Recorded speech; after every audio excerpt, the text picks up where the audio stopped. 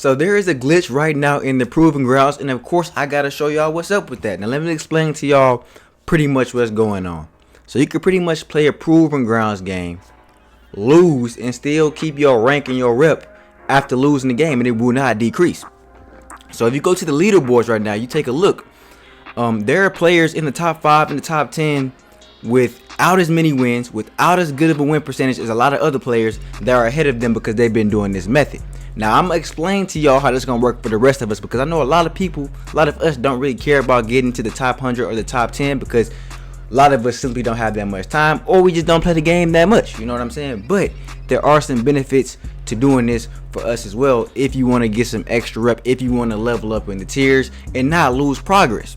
Now if you look at this tweet here, you got Badge Plug, because you can see he's number 19 at this point of the image. He has more wins, a higher win percentage, and a lot of players in the top 10, but yet he's ranked number 19. Now I'm not one to typically care about this type of stuff personally, but in all honesty, if it's a ranked game mode and you have more wins, you have a higher win percentage, you should be ranked properly. You know what I'm saying? Because I know most of us don't care about that, but at the same time, if you are going to play the game and you are creating content, if you're a top 5 or number 1 player, that does matter and that can help you out. So let's get into how it's going to help us out though. You know what I'm saying? The everyday player, the rest of us who are here just trying to grind and play some proving grounds. Now me, I like to play the ones. My only issue with the ones in proving ground is the matchmaking is absolutely terrible. But when you do get a good match, it's a great game. So I'm not condoning dashboarding at the end of the game, because that's what you got to do. At the end of the game, if you lose, you dashboard. If you get a good fair game against a nice matched up guard like myself, I'm 6'3", I really don't have much interior, so I'm obviously toast in the paint if there's somebody that has good interior defense. But if I get a good game like this, and it's all about who can shoot the best shots, who's hot this game, who's getting some stops, who's playing some defense, a fair one-on-one game, then hey, more power to you. If you lose that game, then you shouldn't be dashboarding. You know what I'm saying? You should just take your L and go on about your day. But with the tiers, you know what I'm saying, you get extra rep. So if you get gold, you get 10%. I believe if you get platinum, you get 25%. If you get diamond, you get 50% times your rep. And if you get like top 10, you get like double rep, like literally double rep. So that's pretty tough to get though, I'm not gonna lie to you, but most of us can get to gold, and some of us can definitely get to like platinum if you're really grinding on the game. But 10%, okay, it's not too crazy, but hey, you won't be going down in your tiers regardless, so you'll always be moving up. You feel what I'm saying? Or you'll always stay the same, at least you won't drop. And if you're not dropping, you can maintain your status, which can help you out get some rep here and there. Now of course, some of y'all gonna be like, I could just put on the arm sleeve and get 15% extra rep, I don't need to be gold. That is true as well. You can do that. But if you do want to strive to go higher, you might as well dashboard out at the end of the game if you're losing. Especially if you're losing like how I lose. Because I'm not saying I don't lose in the ones, because everybody loses in the ones at some times just because of the matchup and how the game works. It's just how it is. Sometimes you're going to be hitting shots. Sometimes the other players are going to be hitting shots. Sometimes you might have an off game. You're not going to have a perfect game every game in the ones. You see what I'm saying? Like right now, I'm heater. I'm on the heater. I'm hitting. I'm consistent from the field. I'm open. He's leaving me open. I'm hitting my shots. While I am pretty consistent, you just can't expect to not run into somebody who's having a hotter game than you, even though you may be playing some good defense. It's 2K. A lot of this stuff is just random stuff just be happening. You know what I'm saying? Now with that being said, you can only control what you can control in this game. The only thing you can kind of control in this game is trying to play defense, getting the hand up, being there. But at the same time, the snatchbacks is gonna snap your ankles. You're gonna get your ankles broken at times. You can't do nothing about that. You're gonna get contact laid up on sometimes. They're gonna give you animations. You're gonna get the strip steals at times, but you can only control what you can control.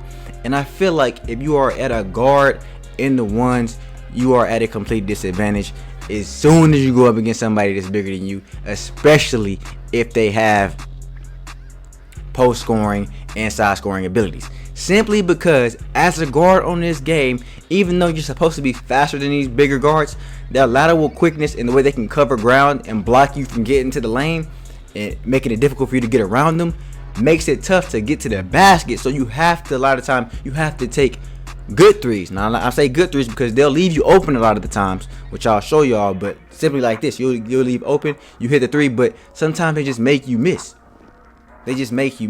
which drives to my point about the inside score. This is gameplay number 1 I'm going to show y'all. I'm going to show y'all gameplay number 2, and it's going to show you my point even more. Like I said, this is a nice, clean, fair game. Like if he outscored me, he outscored me. If I outscored him, I outscored him. We both guards. This is a perfect matchup. But the matchmaking is what's the problem also in the proving grounds, because it's almost like they don't care. Like it's no fun when you get matched up with somebody. If you make one mistake, 2 mistakes, the game is completely over. You know what I'm saying? I understand if you good and you cold and you make every shot, you go 10 for 10 from 3-point line, more power to you. You on the heater, you're not gonna do that every game. That's not gonna happen to me every game. Matter of fact, it hasn't happened to me once in the proving grounds ever. Now I have went 7 for 7, but players are not going to be most players aren't going to be on that heater, especially if they're not using the rhythm stick. If you're using the button, you're not going to be that great. And most players you play against will be using the button. Now, into the gameplay I want to show y'all. The next one is coming up. As you see, 21 points, 89% from the field, 83%. I'm on the heater. You see what I'm saying? That's what I'm talking about. Like, I'm shooting like that, I shouldn't be losing. Simple. It's like they going to leave me open, I make them pay.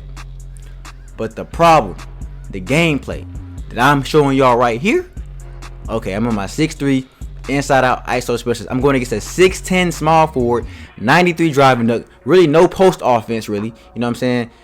Really no post offense. But look, this is what happens. You know, I get matched up with a 6'10", and what am I to do? What am I do? It's, you loaded me in for a free loss, an instant loss. It's pointless. Like, I should dashboard right now, to be honest with you. I should dashboard mid game, because there's no point for me to play this. I can't get a steal. I can't pull the chair. If I reach, it's a shooting foul. He might miss. If he does miss, he probably gonna get the rebound. As you can see, I'm fighting for my life. This is a complete waste of both of our times, bro.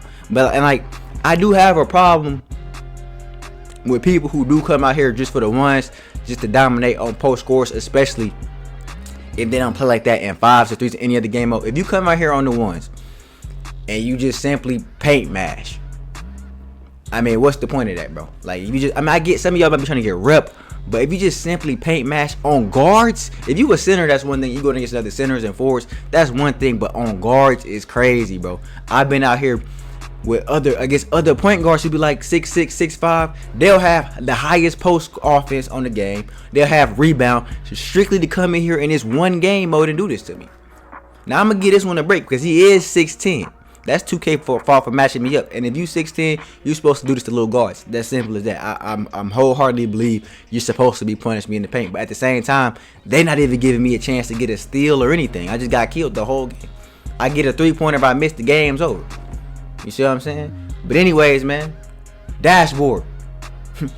Don't count against you. Your rep is there. Your rank is there. It don't count if you get into a game like that. But anyways, I hope you enjoyed the video. Be sure to leave a like, subscribe if you're new. Until next time, Dinsky out.